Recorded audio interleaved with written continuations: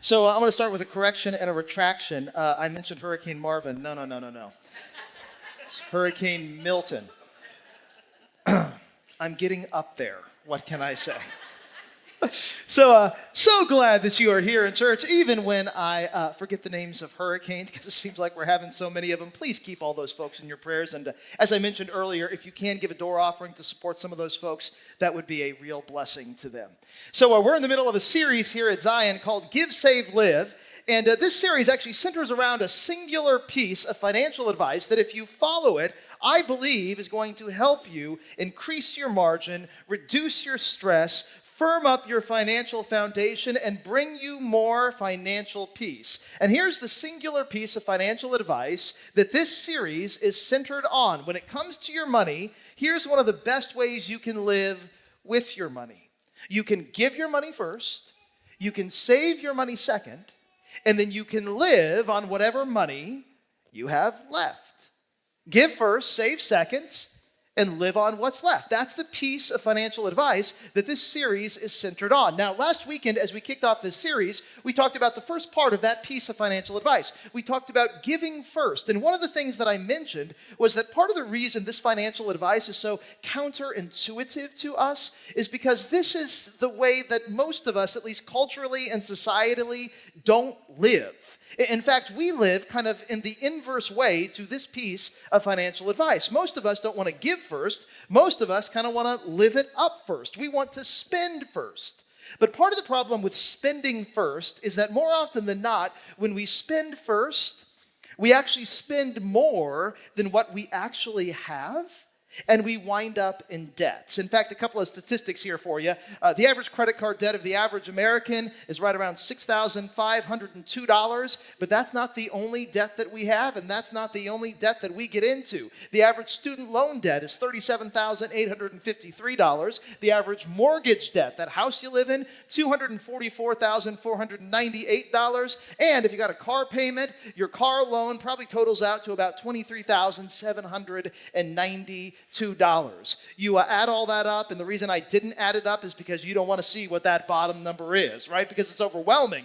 And part of the problem with all of these numbers is that doesn't include, all of the numbers, because people have other loans too. Sometimes people get themselves into medical debt because of some health crisis, or sometimes if they feel really kind of strapped and stressed financially, they'll get those payday advances with those sky-high interest rates, which can really get you in big trouble really quickly. And part of the problem with going into debt is this, and you guys know this. I just want to remind you of this. Whenever you buy something on credit, whenever you incur debts, the value of what you buy, it goes down. Minus your house, the value of what you buy goes down. We call that depreciation. But when you buy something on credit, what you pay goes up. We call that interest. And so if you were to total up all those numbers, taking into account depreciation and interest, those numbers would look a lot worse. Now, compare those numbers with these next numbers. What the average American has saved. If you're under 35, the average American has about $3,240 in a savings account. Now, with age comes wisdom, so you can squirrel more away and you can save more for a rainy day. So you turn the clock forward about, 20, 30 years, and you can double that to about $6,400 by the time you're getting ready for retirement. Now, of course, the real problem is that a lot of people don't even do that well because they're so much in debt that 1 in 4 people have less than $1,000 saved. Now, with that debt to savings ratio, we live in a society, and maybe you yourself are struggling with this, or maybe you know someone who's struggling with this, that is way over leveraged and way under resourced. Now, part of the question we got to ask ourselves is how in the world did it get this way? How in the world did we as a society get this way? Well, if you struggle with debt, most people, when they struggle with debt, they start struggling young. And debt usually begins actually with not money at all. It begins with an emotion. And here's the emotion that most people can sometimes struggle with, especially in their late teens, early 20s. They begin to struggle with the emotion of worry. And their worry tends to center around a fear that somehow and some way they're going to miss out. They're going to miss out if they don't get that brand new iPhone with the really nice camera that does all of those things and has all of those fabulous features. They're going to miss out if they don't get the brand new 4x4 truck so they can go mudding with their buddies. They're going to miss out if they don't see the world and travel the world while they can because, one day they're going to be tied down and they're not going to be able to do that anymore. They're going to miss out if they don't get into that Ivy League school, even though they don't have a lot of money and their parents don't have a lot of money. They're going to miss out. And so they don't miss out. Here's what they do. They spend. But when you're in your late teens and early 20s, you know how much money you have? You don't. You're broke. Which means inevitably you spend more than what you make. And by definition, that is debt. And the problem with debt is this. If you get into enough of it, you begin to strangle your cash flow and you don't have any margin to live on. And you know what that leads you right back to? It leads you right back to worry. But by the time you've completed this debt cycle, the locus of your worry has shifted a little bit because you started out by worrying, hey, somehow I'm going to miss out, but now you worry I'm going to run out because I don't have enough to pay my bills. I don't have enough for the basic necessities of my life. And so the question is, how do you break this cycle? Now, there are a lot of different things you can do to break this cycle, but I want to touch on just one of them today. Here's one of the things you can do to break this cycle. You can begin to learn how to save. That's the topic of today's message. It's the second part of that big piece of financial advice. You give first. Today we're going to be talking about how you save second. Now, to get at this topic, I want to look at a story from the Gospel of Luke, chapter 12. And this story is kind of interesting because this story is about a guy who really, really wants to save, but he believes that he needs a certain amount to be able to put into a savings account. In fact, let me just set a little bit of context here for you. As Luke chapter 12 opens, we meet Jesus, because he's in the Gospels a lot, and he's preaching to a large crowd of people, kind of a barn burner of a sermon. In fact, the topic of Jesus' sermon is persecution. And he says, because of your faith, because of what you believe, you're going to encounter a lot of it. In fact, Jesus says in the middle of his message in Luke 12, verse 4, you don't need to be afraid when you encounter persecution, because even if they persecute you so much that they kill your body, after that, they can't do anything more. Here's what he's saying. He's saying, even if somebody persecutes you for your faith and they take your life, they can't steal your soul. Now, persecution is one of those hot topics. You start talking about how people are persecuted. You start talking about how people are victimized. You start talking about how people are abused. And here's what everybody does. They kind of lean in. And so as Jesus is talking about all this, everybody's leaning in because they want to know what he's going to say next. Well, all of a sudden, in the middle of this big message on persecution, there's this guy who raises a ruckus. He causes a scene. In the middle of the message, he stands up and he begins to shout out. Please don't do that in the middle of this message, okay? But this guy does it because he wants to get Jesus' attention. Luke 12, verse 13, right in the middle of Jesus' message, this guy goes, teacher, excuse me. I got a problem. I need you to tell my brother to divide the inheritance with me. Now, under normal circumstances, if somebody stood up, made a scene, caused a ruckus in the middle of a message, what's the kind of natural and normal response? Security over here, we got this person over here. Can you take care of them and take them out of the room? But that's not what Jesus does. Jesus actually takes a moment with this man because what this man is complaining about actually has a connection to the sermon that Jesus is preaching. Here's the connection. This guy is complaining about something that in that day was known as the law of primogeniture. Now, the word primogeniture, that's just a fancy Latin word. It means firstborn. This is the law of the firstborn. And here's the way the law of the firstborn lived. Here's the way the law of the firstborn worked in first century society. If a patriarch of a family was to die, if the father of a family was to pass away, if there were no prior arrangements, if the father didn't have a will, if he hadn't gone to a lawyer to divide and divvy up the estate, by default, the whole estate would go to the firstborn son. He would become the heir. Now, the law of primogeniture said that if you were in the situation and you became the heir to the whole family estate, yes, you would have to share, but it would be up to you as to how you wanted to divide and divvy up the estate. And so there's this guy who's listening to Jesus' message, and his bell is kind of rung by Jesus' message because Jesus is talking about persecution. And he's thinking to himself, oh man, you want to talk about persecution? I'm being persecuted because I'm not the firstborn son. I have an older brother. And our father just passed away and he became the heir. But here's what he refuses to do. He refuses to share. And so he's not giving what I'm supposed to have coming to me because my older brother, he has a problem. He's just really greedy. And besides, I need a certain amount of that estate. I need that amount so I can put it into a savings account and take care of my family. That's this guy's complaint. And he's asking Jesus for help. Now, Jesus' response to this guy's complaint is, it's interesting and it's also a little comical. Because here's the way that Jesus responds in Luke 12, verse 14.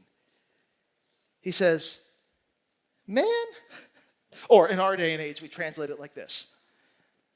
Come on, man. Who appointed me a judge or an arbiter between you? Jesus says, listen, buddy, I've never gone to law school. I've never taken the bar. I've never passed the bar. I'm not a judge. I'm not an attorney. I don't play one on TV. I've never even sat on a jury. And so if you're looking for legal help from me over an inheritance dispute, I'm not your guy. But at the same time that Jesus rejects this guy legally, he transitions because he wants to tell this guy something morally. He wants to deliver a moral message to this man. And here's the moral message that he wants to deliver. Luke 12, verse 15, Jesus continues, and he says to this guy, watch out. Be on your guard against all kinds of greed. Because life does not consist in an abundance of possessions. Jesus says to this guy, you think your older brother's so greedy. And that might be true. But here's what I want you to know. You struggle with greed too. Now, to drive that point home, Jesus tells this man in this struggle a story. Here's the story, Luke 12, verse 16. The ground of a certain rich man, Jesus says, yielded an abundant harvest. Jesus says, once upon a time, there was this rich guy. And by the way, rich people, by definition, are good at saving stuff. Because if they didn't know how to save stuff, you know what they wouldn't be? If they just spent it all, they wouldn't be rich. And so this guy is really good at saving. And the way this often works is that the rich, because they're so good at saving, tend to get richer. And that's what happens to this man at the beginning of Jesus' story. This rich guy is a farmer, and one year during harvest time, he has this massive haul. He has a bumper crop that bumps him up 2 tax brackets from where he was. This guy's pulling in more crops than he has ever pulled in before. Now, this guy is good at doing good financially.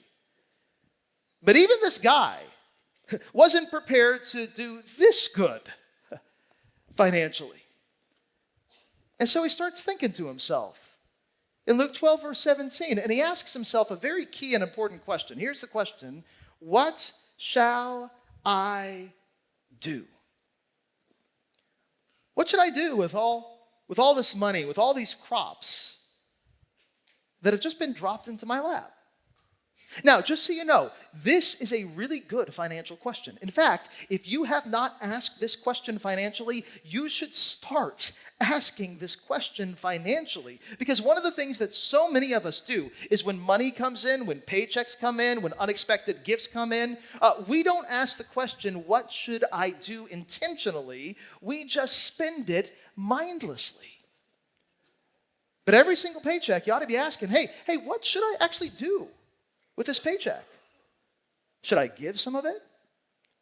Should I put some of it away in a 401k or an IRA? Should I pay down or try to pay off some of my debt? What should I do? But by the way, when you ask that question, you know how you answer that question? With a budget. Because a budget is the answer to the question, what should I do? And if you don't ask that question, and if you don't budget in light of that question, you should start. This guy, financially, he's making all the right moves. Now, in the case of this guy, as soon as he asks the question, he knows the answer to the question because he's been doing this for a long time. He has this down pat. Luke 12, verse 18. This is what I'm going to do. I already know. I'm going to tear down my barns because I don't have enough room anymore for all the stuff that I brought in. And I'm going to build bigger ones, and there I'm going to store my surplus grain because this guy was like a grain grower, a grain farmer. Now, a little bit of technical work here for you. The New Testament is written in Greek, and the Greek word behind this word surplus, when the guy talks about his surplus grain, is the word pas, which isn't just the word for surplus, it's the word for all. And so here's what this guy is saying. He's saying every last stalk of grain that I have just grown and that I have just harvested, every last stalk of it is going to go into these barns that I build. I'm going to save a rate of 100%. I'm going to save all of my grain. And then the guy continues in verse 19. He says, and then here's what I'm going to say. I'm going to say to myself, you have plenty of grain laid up for many years. And so you can take life easy and eat and drink and be merry. This rich guy says that's what I'm going to do with all of this grain that I have grown. Now, you need to understand this. That actually isn't a half-bad plan. There's actually quite a bit of wisdom in that plan. Here's why. What does this guy want to do? Well, he wants to save. Just so you know, saving's good. In fact, Proverbs 21, verse 20, the wise store up choice food and olive oil, but fools gulp theirs down. Storing up, saving up is good. You don't want to be the fool who gulps theirs down and asks for seconds and gets yourself into debt. And so saving isn't bad. And by the way, neither is having fun. Neither is eating and drinking and being merry. In fact, this guy gets those words straight out of the Old Testament. Ecclesiastes 8, verse 15. There is nothing better for a person under the sun than to eat and drink and be glad. If you're going to live life, you might as well have fun doing it. And yet, as good as so much of this plan is, you you may know this if you've heard this story before. There's a problem with this plan. And it's a big problem. Actually, the problem comes in the very first word of what this guy says in verse 19. When he says, I'll say to myself, you have plenty of grain laid up for many years, so you might as well take life easy, eat, drink, and be merry. So we're going to do a little grammar geekiness here this morning. This word, I'll. This is known as a contraction. A contraction is where you take two words and you smush them into one word. What are the two words behind this one word, I'll? I and what? All right, will. Now, grammar geekiness part 2. This little phrase, I will. Is it past tense, present tense, or future tense? It is. Oh, wow. Okay. We're going to try this again, okay? This phrase, I will. Is that past tense, present tense, or future tense? It is future tense. Okay, that was a little weaker, but those of you who said it, you're right. And here's the reason this is important. Here's what this guy is saying. He's saying, hey, I just got this huge windfall crop. And one day, someday, I'm going to have fun with it. I'm going to take life easy. I'm going to eat, drink, and be merry. But this day is not that day. Because I got barns to build, and I got grain to store.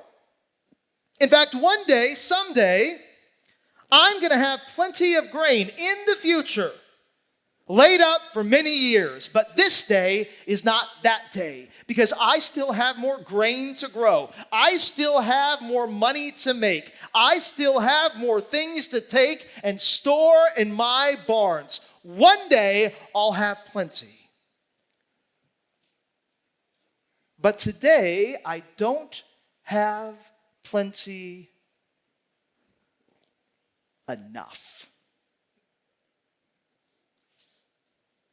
And that's where this guy goes real wrong. Because when you have plenty, but you never quite have plenty enough, that's not saving. You know what that is? That is greed. And it's at this point, when this guy utters those words, that this story takes a sharp and a shocking turn. Because we thought this was a story about a rich guy who had a windfall crop, really good luck. But then all of a sudden, in the middle of the story, God enters the story. And God has a message for this rich man. Luke 12, verse 20, God says to him, you're a fool. You're a fool. This very night, your life's going to be demanded from you. Then who will get what you have prepared for yourself?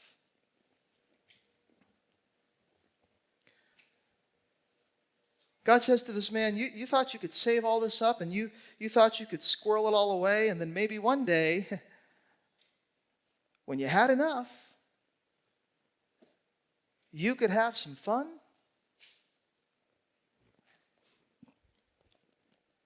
That day is never going to come. Because tonight, you're going to die. Oh, by the way, I hope you have your estate in order. You got the will taken care of? Like you got everything doled and divvied up and out to all of your kids and grandkids? Oh, you don't? That's okay.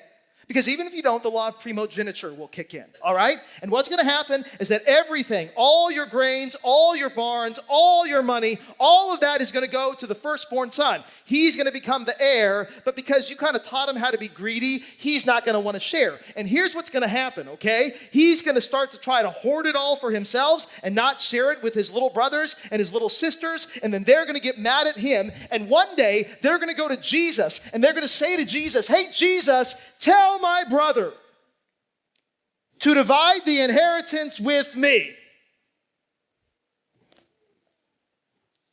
Because of how you saved, God says to this rich man.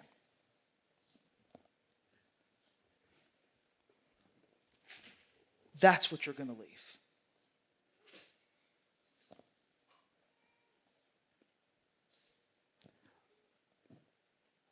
Are you sure you really want to leave that?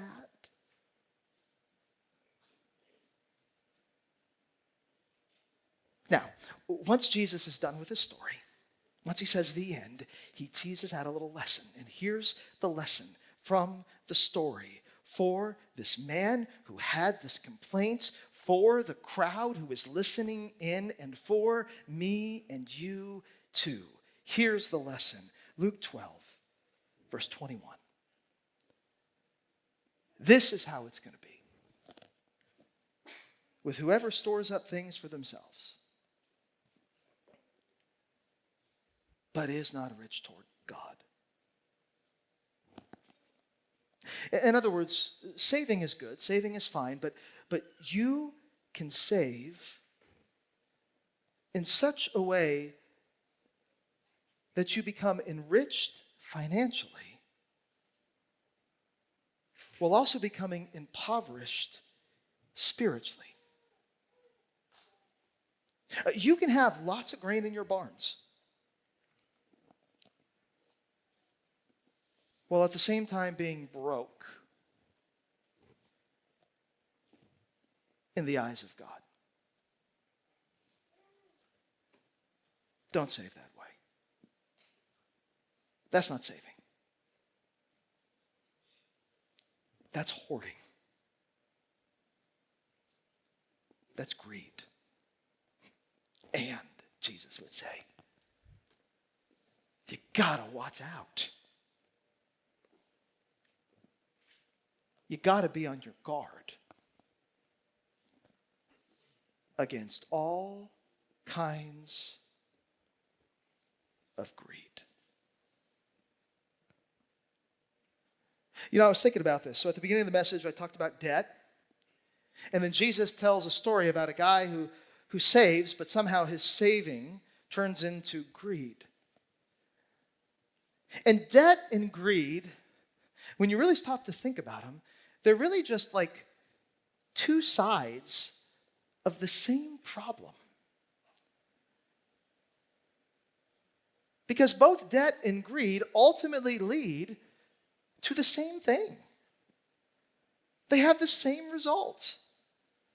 If you're really indebted or if you're really greedy, here's what's going to happen. Money is going to become the most important thing in your life.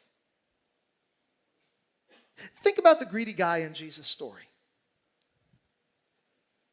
He was so busy living for money, trying to squirrel it all away for a rainy day, that he forgot to live on money.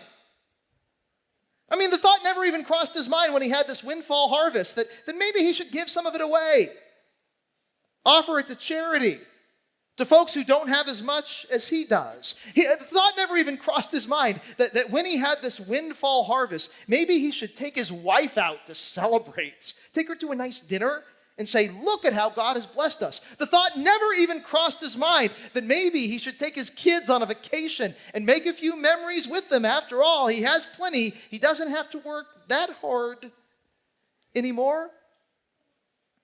In fact, one of the saddest parts of this story is the very beginning of the story when this guy comes to Jesus who's in this dispute with his brother, and he says, teacher, I need you to tell my brother to divide my father's inheritance with me. What is so sad about that statement is that there's not even a hint of grief, because this guy's just lost his father, but he never even mentions his father. You know why? Because he probably didn't even know his father, at least all that well. Because he was too busy living for money. And he forgot to live on money.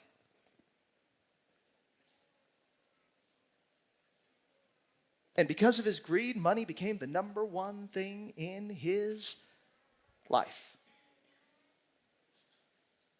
That's what greed can do, but debt can do the same thing too. Because when you fall into major and massive debt, you still live for money. You know how? You're always worried about money. It's always consuming your thoughts. Will I have enough money to make my next house payment? Will I have enough money to make my next car payment? What's going to be repossessed? Oh no, I got to go to urgent care. I don't have enough money for that anywhere. You're always worried. This line from Proverbs 22, verse 7, is so jarring to me. The rich rule over the poor, and the borrower, the person who's in debt, is slave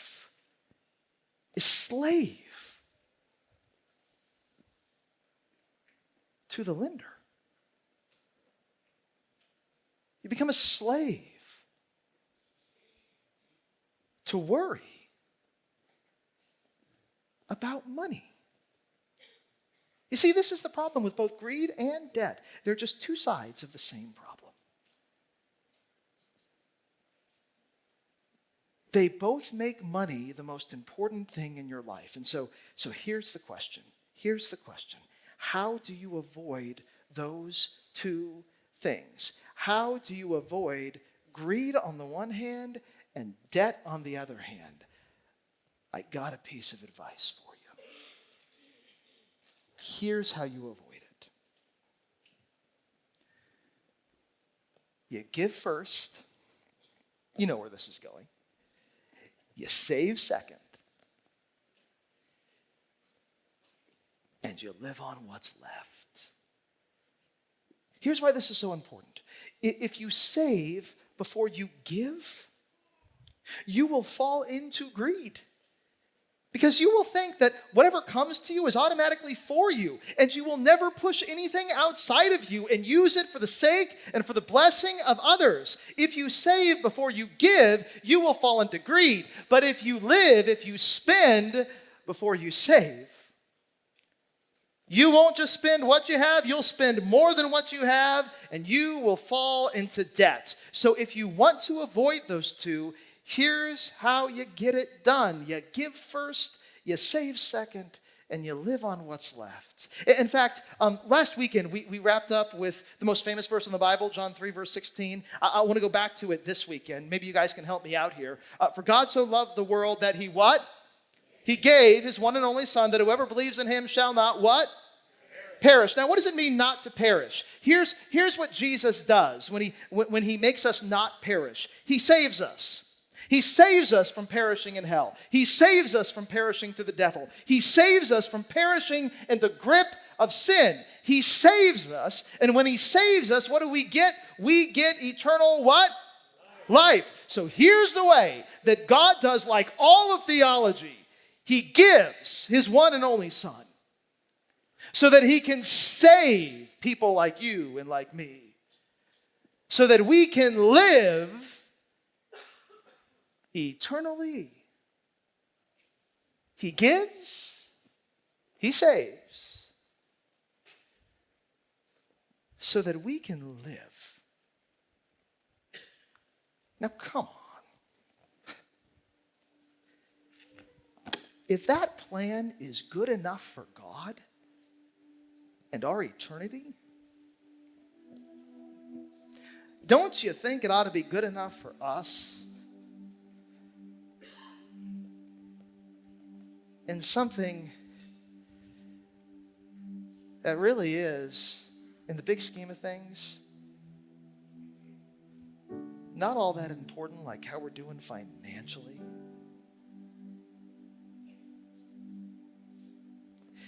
Here's how I want to wrap up today. I want to wrap up with a question, and this question comes straight out of Jesus' story.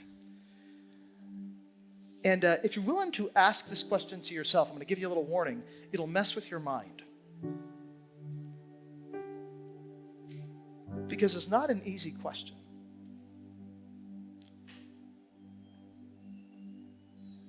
But it's an important question. Here's the question. Kind of like the guy in Jesus' story.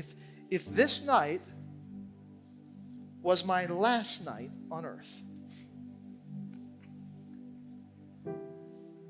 what would I want to save? Because you only got this day, you only got till this evening when you lay your head down on the pillow. So it's too late to save a bunch of stuff financially, right? You can't make more money. If you don't have your affairs in order, sorry, law offices are closed on Sunday. It's too late, you're done.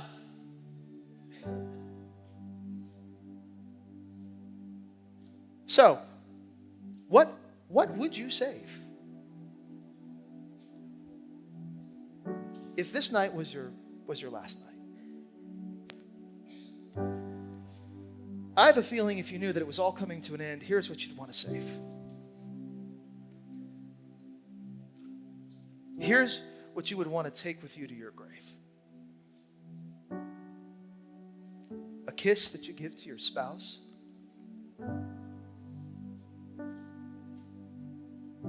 A memory that you make with your kids.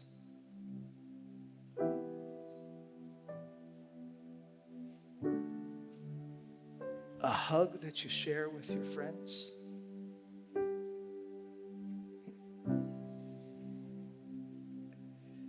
You know, that's really good stuff to save, because you know this. Barns full of grain don't last. Kisses and hugs and memories do. And so here's the invitation. Listen, be wise. Be wise with your finances.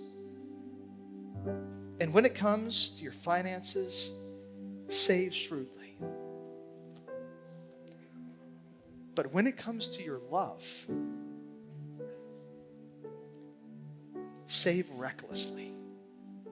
Because there's an upper limit on finances. Eventually you save enough. You really do. But love, there's always more of that that's needed. And when you save that up, you don't just get rich, you become blessed. And that, my brothers and sisters, is simply the best. Let's stand and pray. Heavenly Father, money is one of those tough things. It seems like we're always struggling with it. Are we greedy? Are we in debt? Father, as we kind of work through all of that in our own lives and our own pocketbooks, give us grace and wisdom to do all that. But on top of all that, may we remember to save what actually matters the most, which is love. Father, thank you that when you could have saved anything, you saved us. May we learn from that. And we pray all this in Jesus' name. Amen.